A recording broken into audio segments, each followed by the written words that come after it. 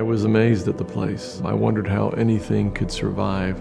It was so hot, maybe about 130 degrees Fahrenheit on the ground there, and almost no vegetation.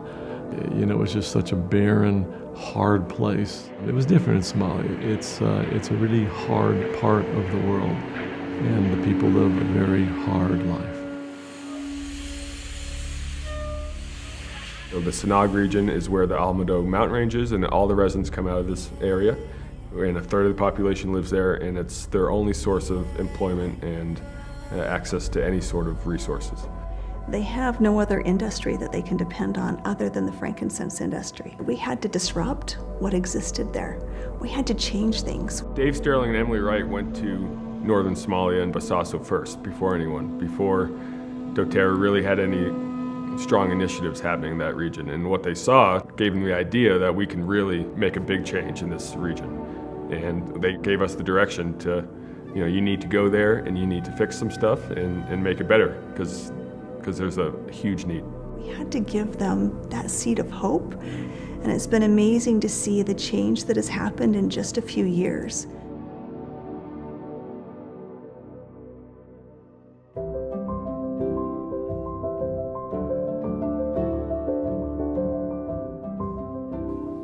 anigu naftaydu waxa la yiraahdaa Cabdullaahi Saciid Cawad Caraale inankan ana dhalo Maxamed Cabdullaahi baa la yiraahdaa ana dhalo waday ila maanta badan waday anagoo soo iminka soo xiranay oo buurti ka nimi iminka xilli leer maanta ma kormeer ku soo marnay baan noo timaaday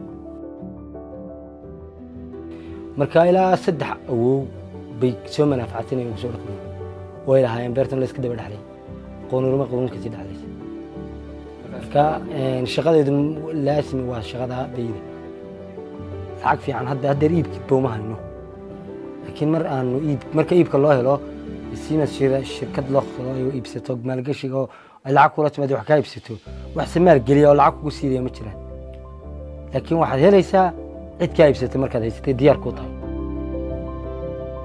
What you have are individual harvesters who live in villages and will go collect from a region that they have access to by tribal right, and will then sell to shopkeepers in their village, who then sell down to middlemen who eventually get all that resin to a port and sell it to the Europeans and the Arabs and to us and such.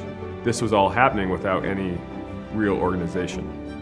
And unfortunately, it left the harvesters at a real disadvantage, because they had no idea the value of their product. They have no protection. They have no real bargaining power. The harvesters were really getting pennies for their resin. At the time, it was 0.8 cents per kilo, but there was huge, vast amount of resin moving out, and the harvester was being cheated by the middlemen, and all this resin was going to the UAE, to Yemen, to all these other places. We moved them out of the way, bypassed them, and went directly to the people, formed the cooperatives. No one has ever done that before, to have these landowners and chiefs together, working together and in a cooperative. It's never happened in their history, in fact. One of the benefits of being on the ground and getting to know the area and how the industry works, you could immediately find ways to improve it. We thought that there'd be a great benefit to having some more organization. And so we have built warehouses throughout the mountains and large collection sites that function as kind of a co-op, and are organizing harvesters, villagers, shopkeepers, and other traders throughout the industry into kind of one network that is working together and collectively.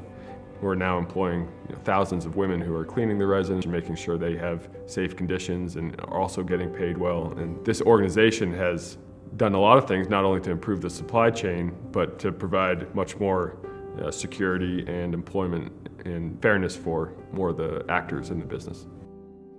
This has required a tremendous amount of building trust and relationships with the many clans that are involved, all the way to coordinating and collaborating with the government in sustainability initiatives that they are working on to ensure that the trees can be around for a very long time. Women, I want to see that tree real close as possible, okay? Right there? Yeah. That's a carteri that's dying. If a tree is over-harvested, what we mean by that is that there's too many cuts on the tree, and that the way that the cuts are made are too deep. If there's too many cuts, if they're too deep, if they're too close to the roots, all of these things can lead to mortality and death for that tree. doTERRA reached out to me based on my work and wanted to know how to collaborate and how to help. That's what we need more of. We need more companies to follow this lead and to participate in coming up with solutions and strategies that support a robust frankincense economy and long-term sustainability and support for the communities who deliver this raw material to the world. We feel very responsible to make sure that we can maintain the sustainability and do it in a way that is going to be long-term beneficial for the people and the trees. It's been amazing to see the change that has happened in just a few years, to look at the women who didn't think that anything was going to change in their life, and to now be able to come in and pay them a fair wage that they can depend on year after year after year, to pay their husbands a fair wage, to go out and harvest these trees that have been passed down from father to son, from generation to generation, and to educate their children, to give them a chance to truly be able to change their circumstance. And we are all the beneficiaries to continue to use this amazing, beautiful oil. Through schooling, through supply of medicine and food and fair wages and better work environments, I think the work that has been done there has been critical and will be long-lasting.